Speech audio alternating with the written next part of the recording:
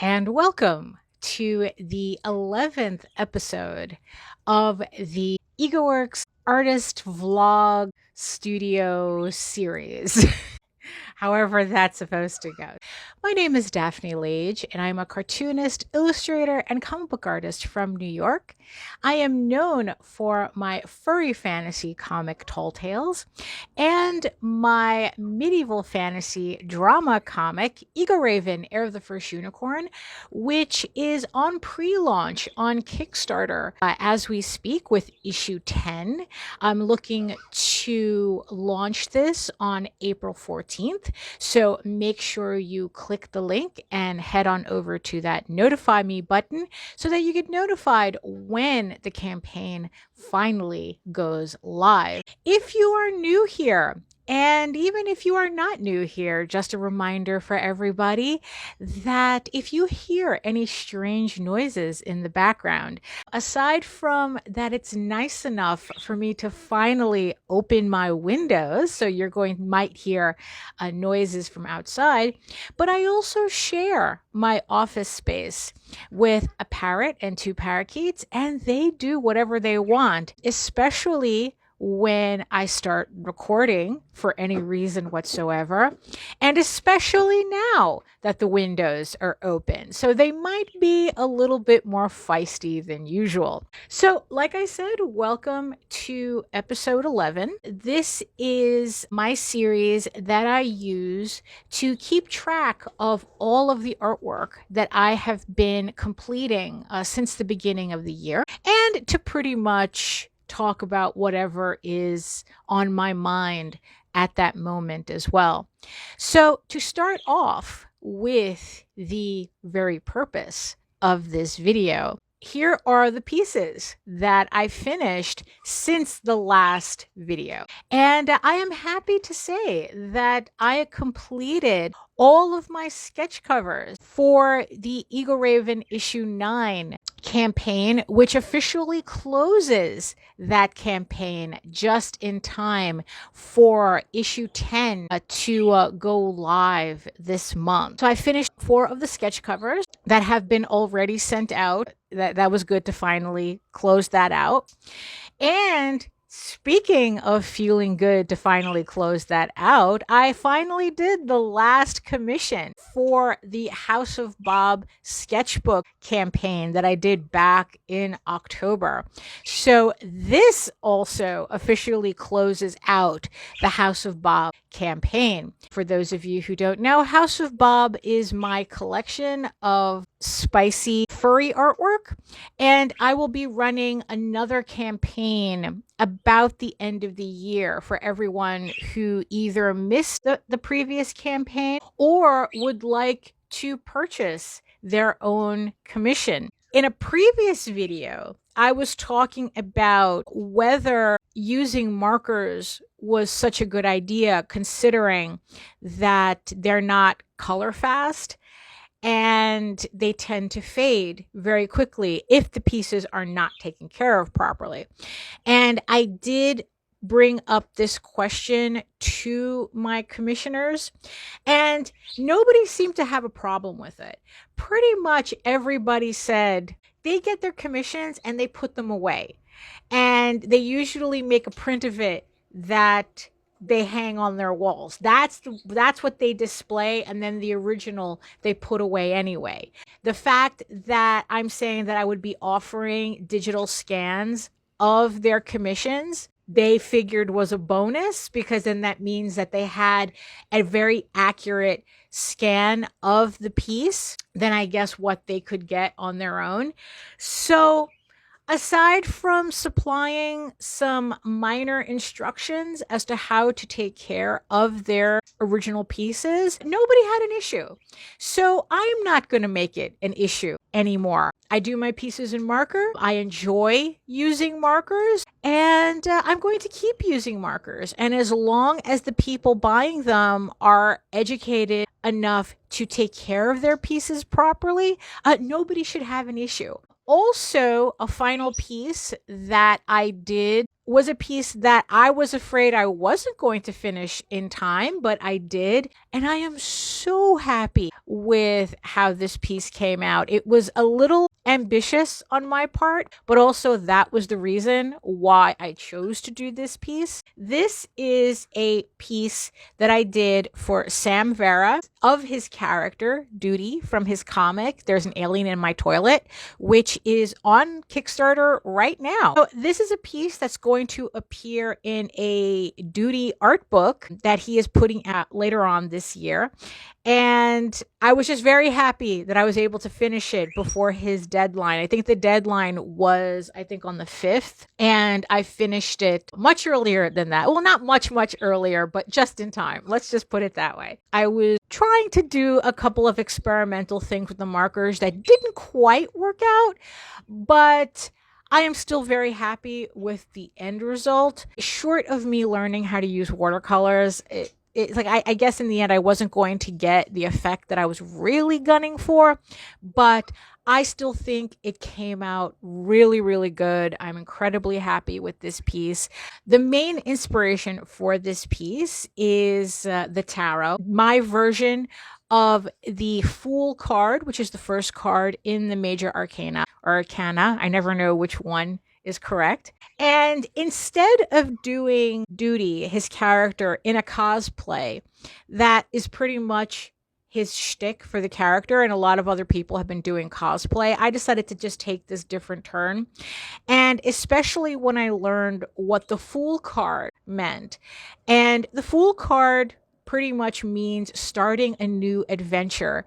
There's a lot of joyous symbolism with this card that I thought fit the character very well. So that was the last piece that I finished since the last update. Speaking of updates, when it comes to Eagle Raven issue 10, which is now my biggest focus now that all these commissions are done, I am 5 pages away from completing issue 10, which means that I am very sure I am going to finish this book before the campaign launches on April 14th.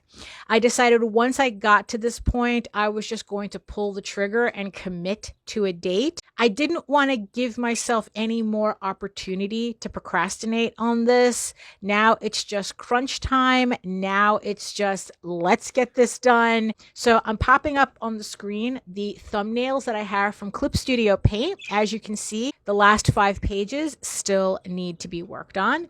And also you will still see, if you watched my last video, the green pages.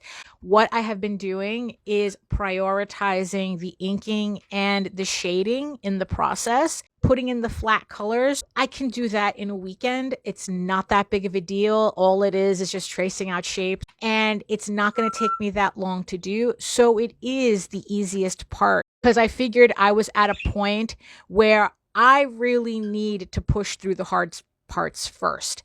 So that's where I am right now. As I stated before, the link is in the show notes if you want to check out the pre-launch and sign up so that you get notified when the campaign goes live on April 14th. So in my last episode, I was talking about conventions.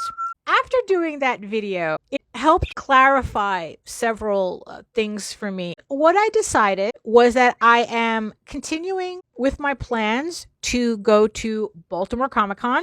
I've prepared too much to feel like, oh, I'm going to back out now. And considering there is still time, I had a feeling that if I canceled, I was going to regret it when October came around. Monsterotica is still on the table. We're good to go with that. I'm only going as an attendee anyway. Anime NYC is still very much up in the air. That's the one that I might still let go of if I get accepted, although there is now that nagging feeling in the back of my head. For some reason, they decide that they're going to give me a table. It's because the judges have decided that I have something worth showing off at that show, that they feel that I would be a good fit if that's the case, I'm kind of leaning towards doing it anyway, just saying, screw it, let me pay the money. Let's do the show at least once, see what happens. So then it just made me think that's like, okay, what's the next thing that I have to concern myself with? In a previous vlog, I talked about how I tweaked slash updated my website.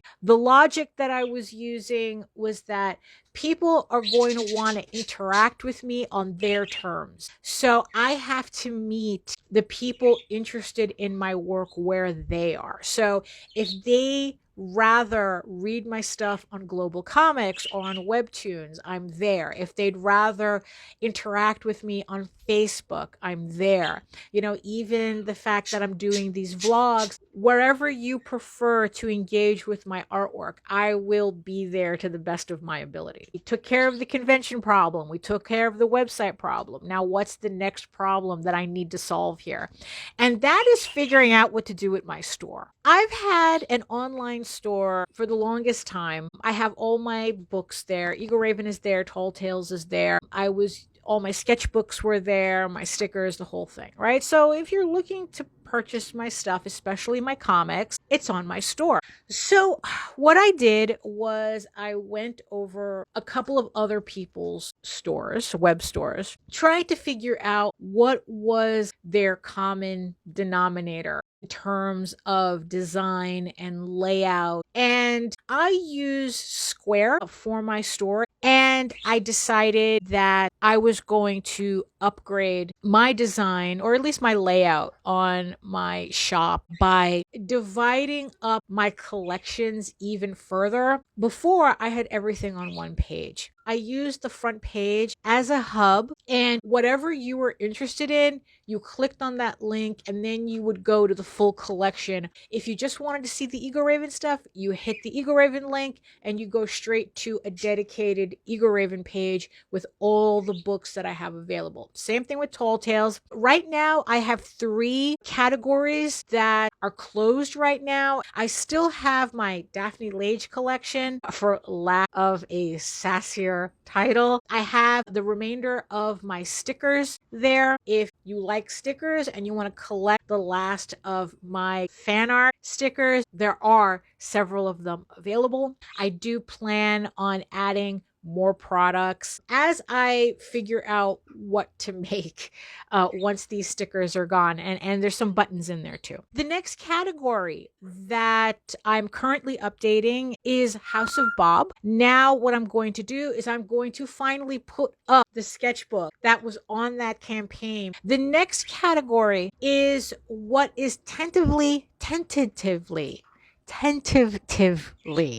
called Alpha Boyfriends. These were originally the House of Bob frat boys that I created as kind of like the male version, or a dedicated male space for House of Bob, which is the dedicated female space. And I felt like it needed its own category as opposed to being part of House of Bob. Like I said, the rough title for this category is Alpha Boyfriends, because I am also going to be putting whatever monsterotica monsters that I decide to complete. I'm going to put them there too. And then the last category is I'm finally going to be listing my commissions on the site. It's going to be a combo. It's original artwork and commissions. Any original artwork like sketch covers or sketch cards, even some original artwork in general that I might want to sell,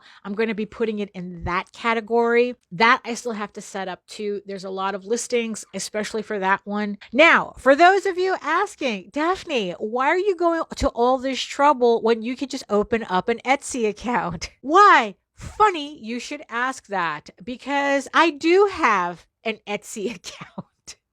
However, I've never activated it. I mean, it is open. You can actually find it, but after much research, I'm kind of leaning towards letting the Etsy idea go. I originally thought that Etsy would be good to start off because it has that built-in marketplace where people can just find you on Etsy. And again, it's kind of like it's the whole thing that I mentioned, meeting people where they are, not trying to force them where I want them to be. Etsy just seemed like a good place to do that. However, I have been seeing a lot of creators actually leaving Etsy because they're saying that the way Etsy is set up now, aside from the fees on fees on fees. Now, just to give you an idea on the type of fees, I have my Square store connected to Etsy because what it does is that whatever sales that I make through my store will show up on my Etsy account as a sale through Etsy. So what that does is that it builds up my sales counter on the Etsy account. So when I finally decide to open, if I finally decide to open my Etsy account, it'll show that I've had made sales already. So it's not like I'm just starting from zero. The thing is though, just to do that, Etsy charges me 20 cents per sale. They are charging me for sales they did not make. They're charging me for the right for them just to count that sale on their counter on my account. That's just a start. That's just one fee. And my account isn't even open officially. So what I did instead of watching Artist Alley Girlies, I now moved on to watching small business online shop girlies instead. A recent video that I watched brought up a good point that now really doesn't make me want to bother with Etsy. The idea that I was floating around was, even though I'm trying to get people to come to my website, to come to my store and to purchase from my store, maybe it would be a good idea to just have an Etsy account just to have that extra people coming over and seeing my stuff. Even if they don't come to my store, they buy my books on Etsy, a sale's a sale, right? Now, the problem is that people who shop on Etsy only shop on Etsy. That's one thing. One creator that I was watching, that she had said that the only reason that she decided at the last minute not to do an Etsy store and instead create her own store and put her focus on her own store. She says that she opened up her store on Etsy and within 2 days, Etsy closed down her store saying that she violated their terms of service somehow.